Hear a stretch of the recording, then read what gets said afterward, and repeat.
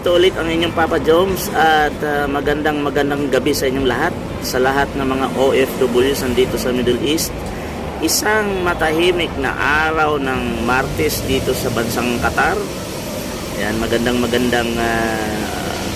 umaga na dyan sa Pilipinas, no? Dito naman alas 9 ng gabi sa bansang Qatar.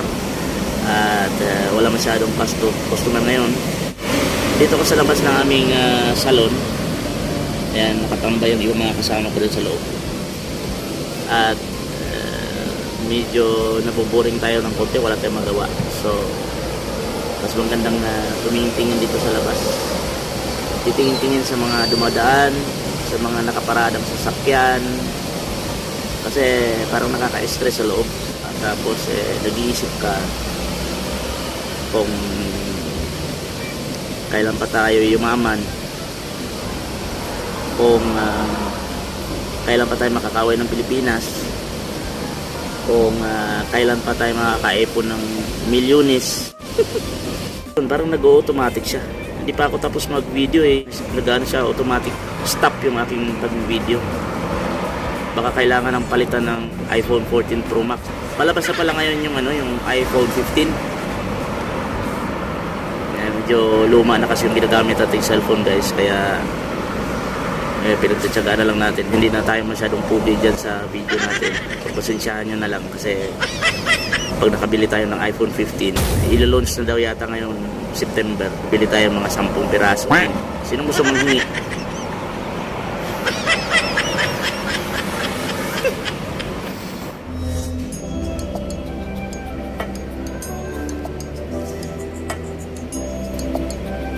Yun lang.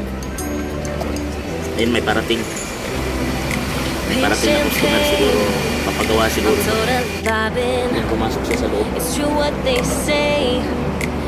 Baka magpapagawa, tatawagan tayo niyan.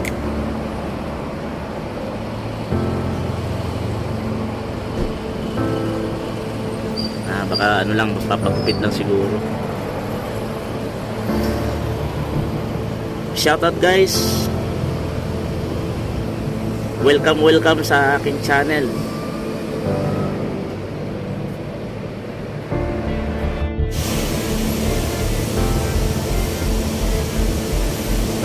Guys, dumarating pa sa time na boring ka, parang wala kang ganang trabaho, parang gusto mo nang umuwi sa Pilipinas, parang depressed ka, parang nag-iisip ka na ano bang silbi ng pagtatrabaho ko rito. Pagkatanggap ko ng sahod, wala namang matitira, ulang pa. Tapos yung meron kang plano, meron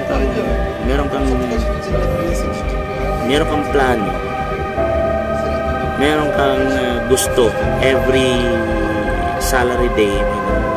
Parang gusto sana makapag-save ako kahit mga 10,000 lang, 15 o 20,000 isang buwan. Pero hanggang plano ka na lang dahil kinakapos ka. Yung sahod mo ay tama lang sa padala sa Pilipinas, sa bayarin.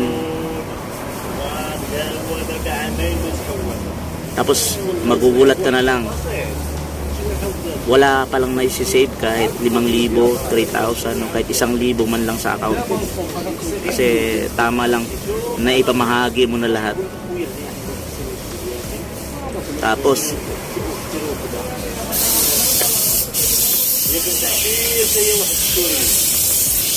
isipin mo na naman, siguro sunod na buwan na lang, next month na lang mag-save na ako ng ganito kalaking amount.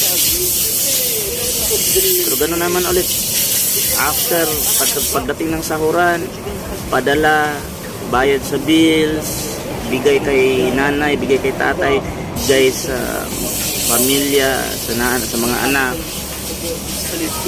lalong pag may mga pinapaaral ka.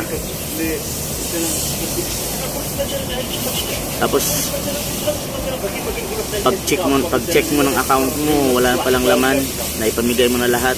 So yung pangarap mo or yung plano mo, hanggang plano lang kasi kahit 1,000 wala kang naitatabi. Kaya minsan parang nasasabi mo na lang sa sarili mo na parang gusto ko na lang umuwi ng Pilipinas.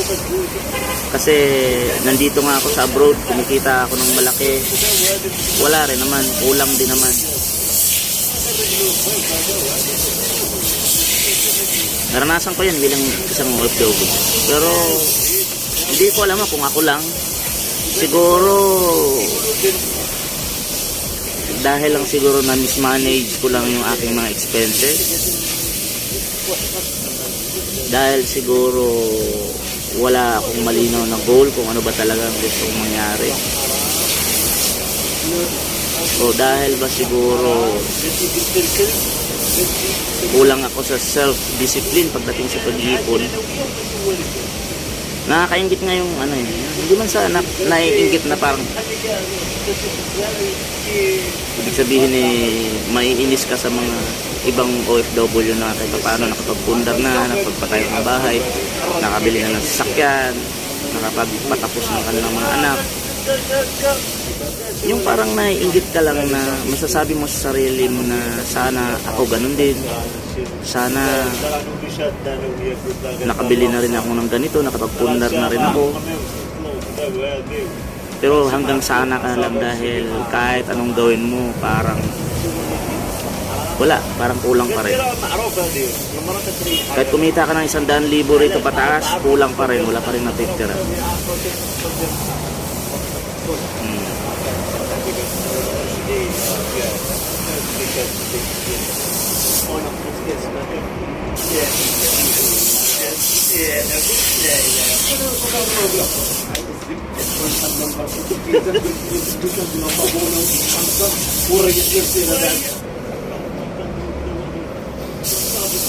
Ano kaya?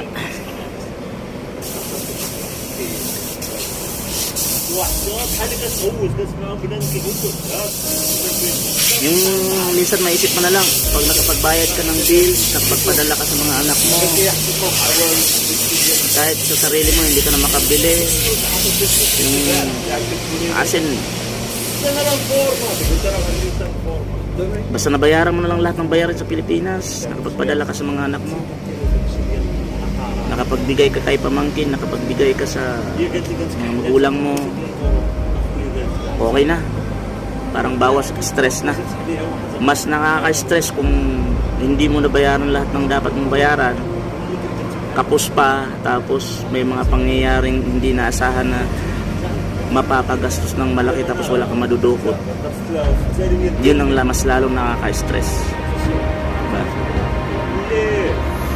Pero siguro ganun talaga bilang OFW.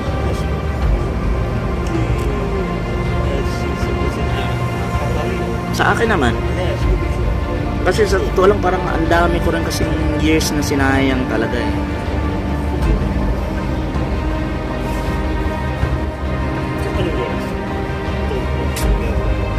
Minsan naiisip ko na lang na sana hindi ganito yung ginawa ko, sana ganito yung ginawa ko, sana yung pera ko dinala ko rito, sana yung pera ko ganito, sana yung pera ko inipon ko, binili ko ng ganito. Pero mapapasana ka na lang dahil hindi mo nagawa. Tapos parang may isip mo na tumatagal ako ng tumatagal dito sa abroad, 5 years, 7 years, 10 years, ako magano na, malapit na ako mag 8 years. Pero parang parang ang dami parang kulang, ang dami parang gusto kong maabot na hanggang ngayon ay hindi ko pa rin nararating, hindi ko pa rin naabot, hindi ko pa rin nabibili, hindi ko pa rin napupundar. Pero keep going pa rin, tuloy-tuloy pa rin kahit dumarating sa time na parang hinang-hina ka na walang customer. Yan guys, nandito ako sa labas. Yun yung harap, ito yung harap ng salon namin. Kalsada. Kasi ito naman yung aming salon.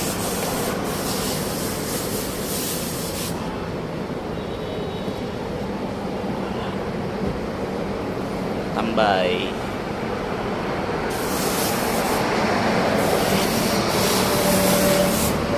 Shoutout lahat ng mga OFWs na nandito sa Qatar.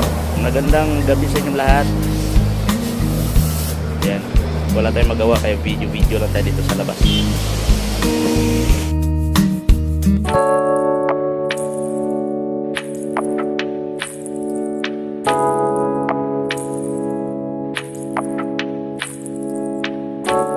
Ayan guys, natapos na rin yung maghapon nating trabaho. Pauwi na tayo ng bahay. Wala namang masyadong gawa ngayon, kaya medyo nakaka-bored talaga. Ayan, thank you so much guys. Salamat sa inyong panonood.